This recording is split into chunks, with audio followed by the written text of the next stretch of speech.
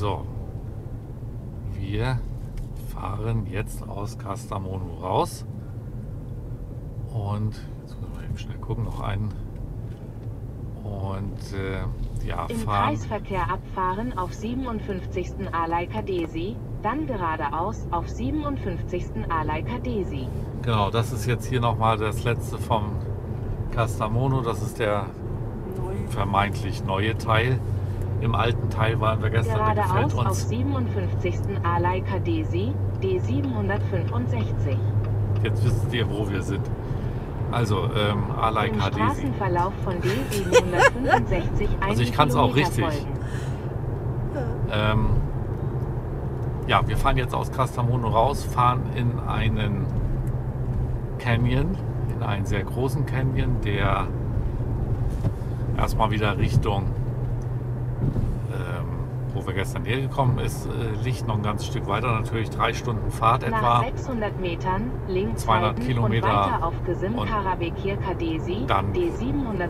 geht es weiter von dort aus, vom Canyon aus Richtung Amasya. Und ja, dann werden wir dort uns für heute noch ein bisschen beschäftigen mit und morgen geht es dann weiter nach Hause. Genau, Kastamonu, Fazit. Schöner Altstadtbereich und verhunzter Neustadtbereich. Also riesen Hochhäuser, die keine braucht. Ja, weiß ich schon nicht, vielleicht Verstehe brauchen ich die Leute ja doch. Auf jeden Fall sind sie hoch. Also 20, 25 Stockwerke Ja, die da vorne. sind dann bestimmt da drin. Naja, wie gesagt, wenn ihr kommen wollt, geht in den Altstadtbereich unterhalb der Burg. Da ist das, was schön ist. Hier sieht man das, was nicht schön ist. Ja, kommt drauf an, was man als schön empfindet. Gut, wenn man Manche dieses finden Hochhäuser schön. linke Hochhaus schön bunt, ja okay. Sieht aus wie ein Pokal. Ja. Hat vielleicht was mit Sport zu tun. Ja, keine Aber Ahnung. ich glaube, da oben ist so ein Aussichtsbereich. Kaffee, Restaurant. Wahrscheinlich. Was. Naja, dann fahren wir jetzt mal.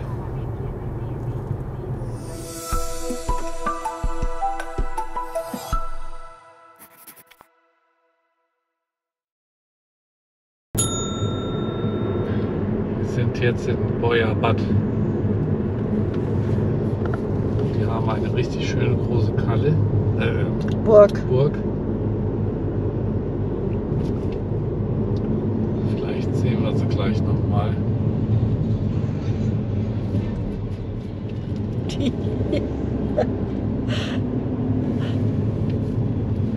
Guck mal, ein paar Meter weiter ist Fußgängerüberweg.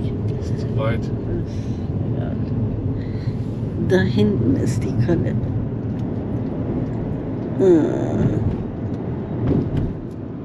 Gesehen. Jetzt gucken wir uns mal Boyabad ein bisschen an.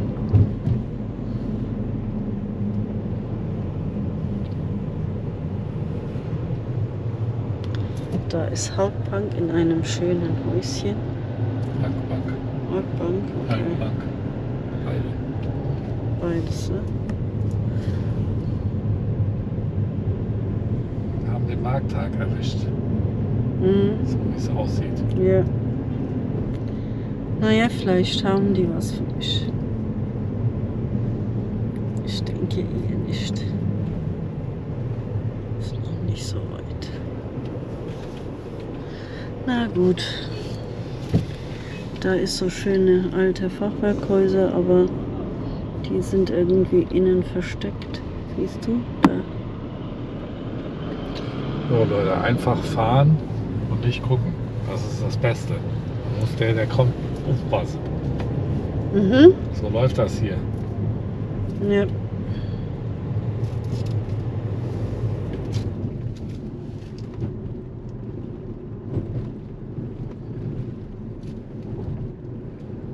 Das ist ja riesig. Hier in die Richtung gibt es auch Wasser.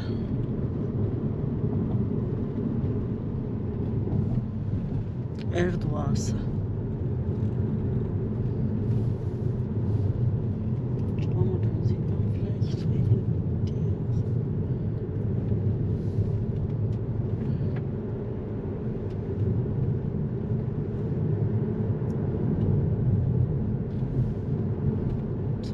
sind wir auf der anderen Seite. Aber man sieht leider nichts. Oh, es hat einen Hund getroffen. Kleiner Hund. Sieht man hier was? Ja, da sieht man was. Entweder das ist hier ein riesiger Stausee, der nicht auf der Karte eingezeichnet ist. Sieht doch irgendwie komisch aus alles hier. Oder es ist einfach nur überflutet. Hier gehen auch die Pfosten bis ins Wasser rein. Bis da vorne hin, keine Ahnung. Also wir sind immer noch auf dem Weg zu diesem Canyon, aber das sieht schon langsam so ein bisschen wasserig aus, Canyon-mäßig aus. Das Tal, wo wir waren, hat sich immer weiter verkleinert und ist jetzt hier recht klein geworden. Wir sind jetzt die ganze Zeit hier an der linken Seite lang gefahren, an diesem eigentlich Fluss, aber irgendwie ist das hier aufgestaut. Aber eine sehr schöne Gegend hier. Da kann man sehr schön sehen. Berge. Da hinten war ein Tunnel gewesen. Sehr alter Tunnel. Ja, schön. Ja, wir sind jetzt abgebogen vom Hauptweg ab in Richtung Canyon. Da vorne kann man es, glaube ich, erahnen, wo es hingeht. Und da werden wir jetzt mal gucken. Das ist hier so eine kleine Nebenstraße. Aber wir sind schon auf dem richtigen Weg, weil überall ausgeschildert. Und da, das was ihr auf der linken Seite seht mit Blüten, das ist Tabak. Genau. Tabakfelder. Die haben es dann hier in der Gegend, haben wir es eben auch schon gesehen, getrocknet. Und dann kann man es wahrscheinlich rauchen. Da vorne auch sieht man auch das, was grün ist. Grünen Streifen. Ich würde sagen, da vorne ist das langsam zu erkennen. 500 Metern geradeaus. Wir sind in 6 Minuten da. Aber da ist schon ein bisschen Canyon zu sehen. Rechts ist Wasser. Zu meiner Rechten. Kann ich leider nicht sehen. Ich auch ein bisschen. Also Bäume. Geradeaus. Aber da vorne sieht man Felsenlandschaft. Boah. Das Problem ist, darunter müssen wir. Nach 200 Metern links abbiegen. Boah, da. Links abbiegen. Und jetzt wieder rechts. Ah, nee, links. Wieder links. Das war doch eben rechts. Ja. Da, raus. Streckenverlauf 1,5 Kilometer folgen. Da geht's hin. Die Freude ist groß. Da kann auch nicht geschlossen haben. Wahrscheinlich. Wow, was ist nicht?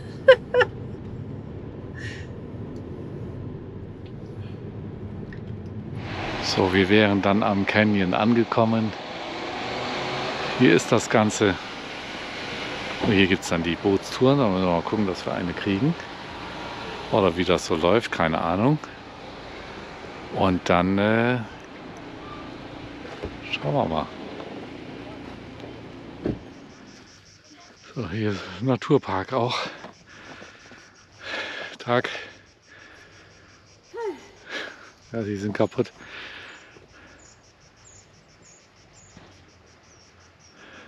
Da sind überall Grillhütten bzw. Picknickhütten. Wir haben jetzt auf einem Boot eingecheckt, 80 Lira pro Person. Wir denken mal so 40, 50 Minuten Fahrzeit. Geht dann einmal in den Canyon rein, wieder raus. Und ja, wir sind gespannt. Also es sieht schon nicht schlecht aus da.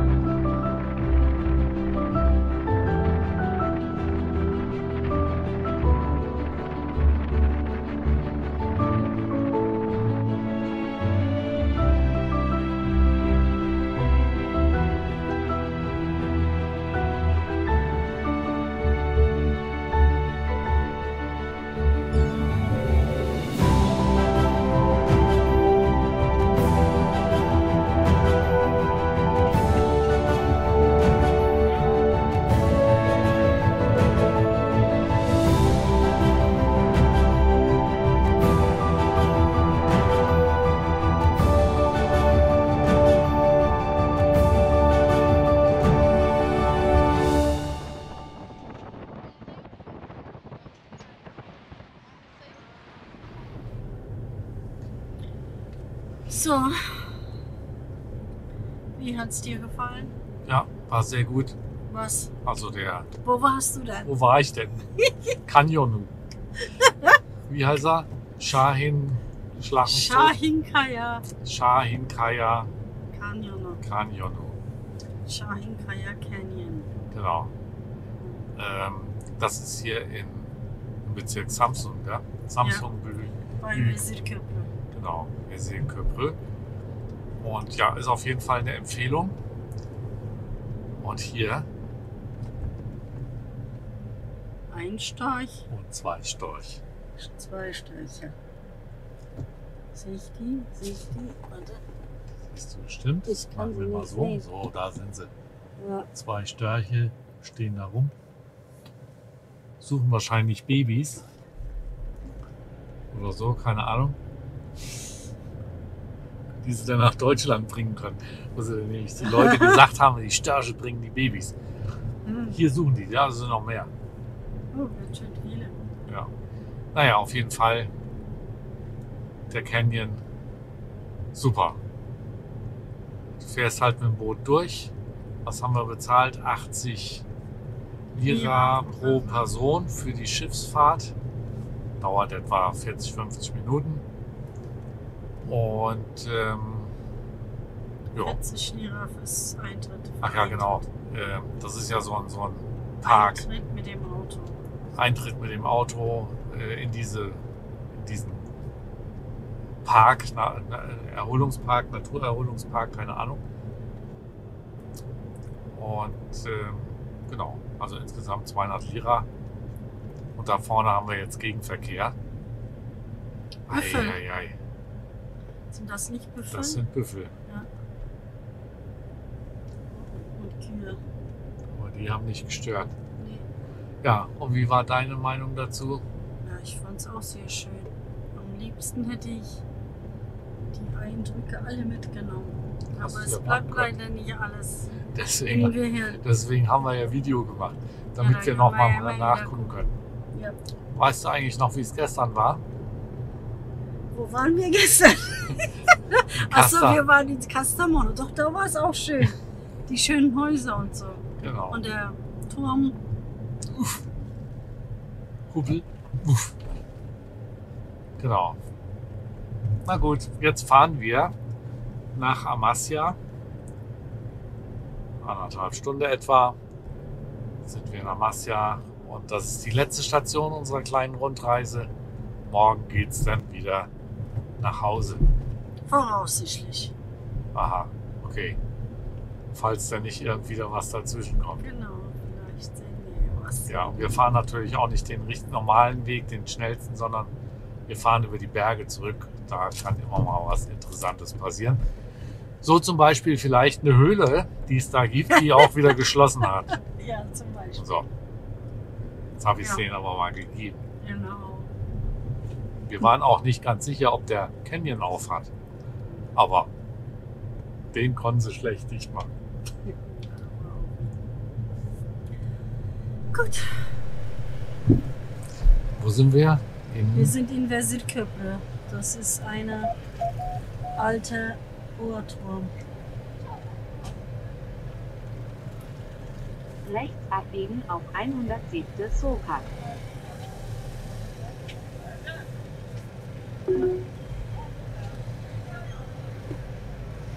Und jetzt kommen, glaube ich, die Häuser. Abfahren auf Gazi Kadesi. Da sind wir doch 150 vorbeigefahren. Metern Wir sind bei nirgendwo 170. vorbeigefahren. Sokak wenden. Zieh die Kamera weg. Was ja. Das liegt hier so in so einem Tal. Ja. Mitten in Felslandschaft, überall. Ja, aber es ist schön, sehr. Und die haben viel Landwirtschaft, also Zwiebeln verkaufen die hier mal und Kartoffeln.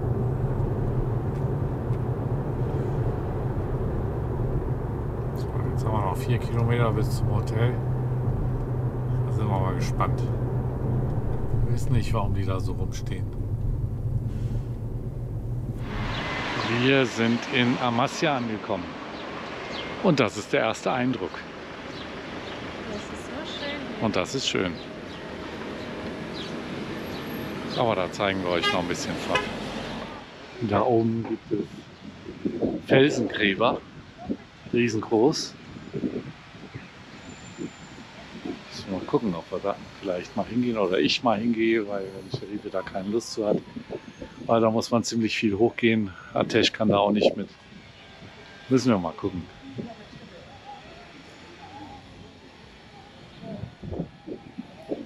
Sehr schön hier, sehr schön. Da drüben wollen wir essen gehen, Amasya und Pfahl. Gespannt, ob wir reinkommen.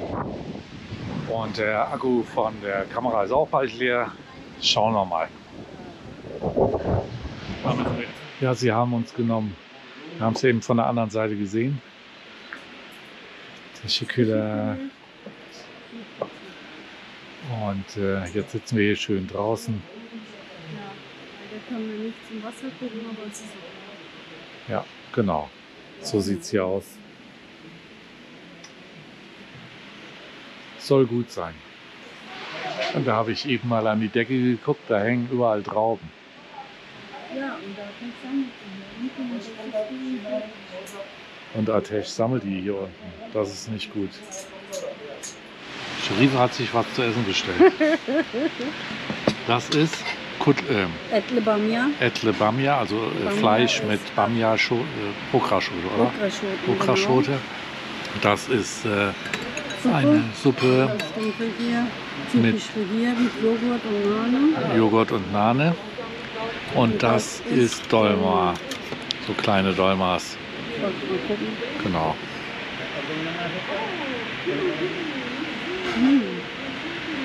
Ja, ich habe sie schon probiert. Die waren gut. So, und das ist mein Gericht. Unter den Pommes ist so Fleisch. Das ist auch Kebab. Ja, mit Reis und so. Auch eine Spezialität mehr oder weniger von hier. Probiere ich jetzt auch. Ist bestimmt. Was? Injik. Injit. Irgendwie so. Wir müssen noch mal gucken. Also, das ist hier das Fleisch unten drunter. Das ist ganz anders geschnitten. Es ist dicker. Das Lammfleisch. Also, das ist aber auch Kebab. Zeige ich noch. So, hier. Und Pommes dazu. Solange noch Licht ist, das da oben sind Königsgräber aus der pontischen Zeit. Da liegen die letzten 3 oder 5 pontischen Könige drin. Ja, sehr interessant. So, da geht jetzt langsam unter, drüben noch mal ein paar schöne Häuser und hier fängt das Leben an zu toben. Jetzt bin ich mal gespannt. Wir werden nachher noch mal mit Atesh gehen, was dann so hier los ist. Und ob man es glaubt oder nicht, ganz oben die Festung. Gut, die ist ein bisschen jüngeren Datums, die ist, was habe ich gelesen, ich glaube 500 vor Christus gebaut, aber ursprüngliche Besiedlungsspuren in der Burg da oben sind 3000 vor Christus, Ende der Steinzeit, Steinzeit sage ich schon, Ende der Bronzezeit. Also so lang existiert das Ganze da oben schon. Habe ich bei unserem Spaziergang gesehen, da oben ist ja die Festung, aber die ist auch hier. Muss riesengroß sein, muss ich auch noch mal gucken. Einfach nur Wahnsinn. Und so sieht das Ganze bei Nacht aus.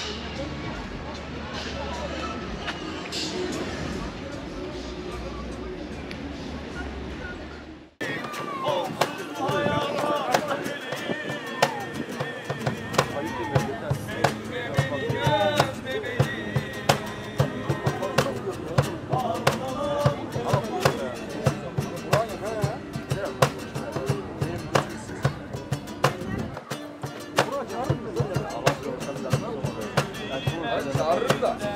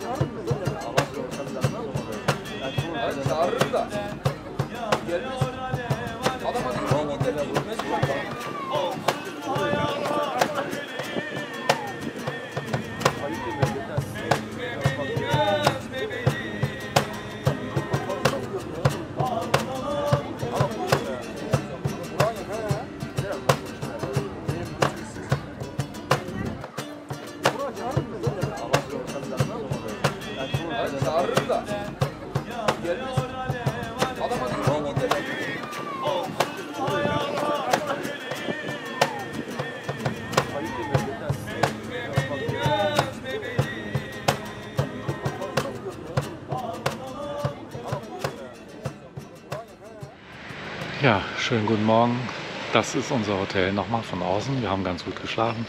Es sind so ein paar Sachen, die im Hotel nicht so geklappt haben. Das Zimmer war schön, habe ich jetzt nicht nochmal aufgenommen. Die Duschkopf war ein bisschen kaputt, der Föhn ging nicht. Aber das sind Sachen, die konnte man regeln. Ja, ansonsten schönes Hotel mittendrin. Es ist zu empfehlen. Und wir warten jetzt, hier haben wir so einen Parkplatz, wir stehen hinten, vorne steht noch ein anderer, müssen wir warten, bis wir los können. Sharif ist heute krank, deswegen gibt es wahrscheinlich keine weiteren großartigen Videos mehr von uns heute. Und ja, wir fahren jetzt auf direktem Weg nach Hause.